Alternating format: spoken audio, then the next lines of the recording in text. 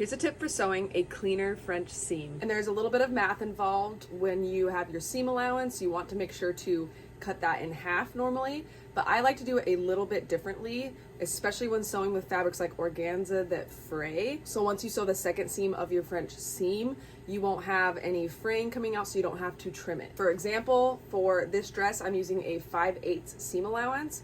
So for my first seam that's wrong sides together, I'm going to sew it with a 1/4 inch seam allowance.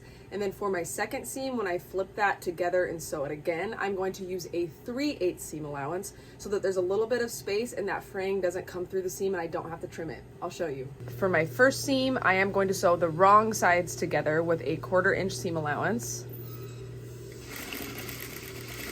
And now I'm going to sew with a 3/8 seam allowance. Now my seam doesn't have any of that raw edge sticking out, so I don't have to trim it, which makes this a little bit quicker.